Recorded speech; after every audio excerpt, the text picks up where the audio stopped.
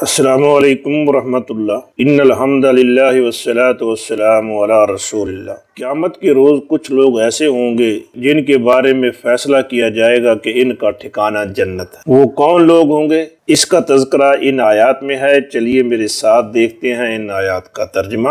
اعوذ باللہ من الشیطان الرجیم، بسم اللہ الرحمن الرحیم۔ وَأَمَّا مَنْ خَافَ مَقَامَ رَبِّهِ، اور اما جہاں تک بات ہے، من خاف، من اس کی، خاف جو ڈر گیا، وَأَمَّا مَنْ خَافَ اور جہاں تک بات ہے اس بندے کی جو ڈر گیا۔ مقام کھڑا ہونے سے مفعول ہے، اسی لیے منصوب ہے۔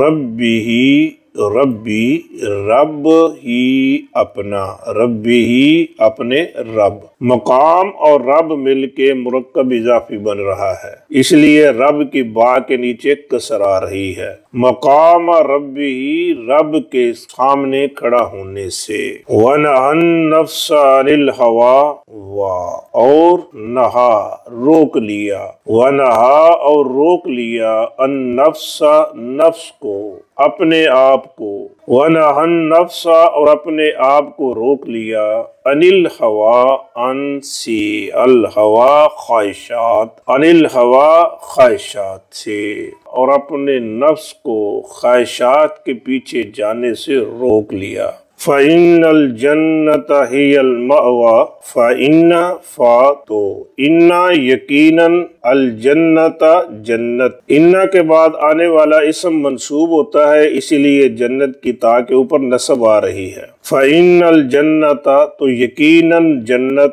هِيَ الْمَأْوَىٰ ہیا وہ، الماوا ٹھکانہ، ماوا الف لام سے شروع ہو رہا ہے اور اس کے آغاز میں ہیا ضمیر آ گئی۔ جو اسم الف لام سے شروع ہو رہا ہو اور اس کے آغاز میں کوئی ضمیر آ جائے تو اس میں تاکید پیدا ہو جاتی ہے، تو یقیناً جنت ہی ٹھکانہ ہے، یعنی اس بندے کا ٹھکانہ جنت ہی ہے۔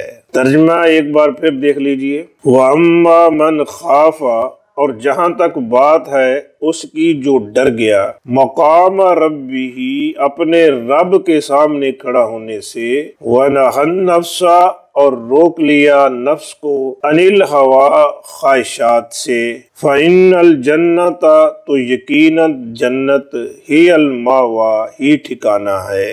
ان آیات میں یہ بات بالکل آیا ہے کہ جو بندہ قیامت کے دن اللہ تبارک و تعالیٰ کے سامنے کھڑا ہونے سے ڈر جائے، جسے پتا ہو، یقین ہو کہ میری رب کے سامنے پیشی ہونی ہے، جو میں نے دنیا میں کیا اس کا حساب دینا ہے، کسی پر ظلم و زیادتی کروں گا تو اس کا حساب دینا ہو، جو بندہ اس بات سے ڈر جائے اور خواہشات کے پیچھے دوڑنے کی بجائے اللہ تعالیٰ کے احکامات کی پابندی کرے، تو اس انسان کے لیے اللہ تبارک و تعالیٰ نے جنت تیار کی۔ اللہ ہمارے لیے وہ دن آسان کر دے، ہمارے گناہوں کو معاف فرما دے اور ہمیں توفیق عطا فرما، ہم خواہشات کی بجائے تیرے احکامات کی پابندی کریں۔ وما توفیقی الا باللہ۔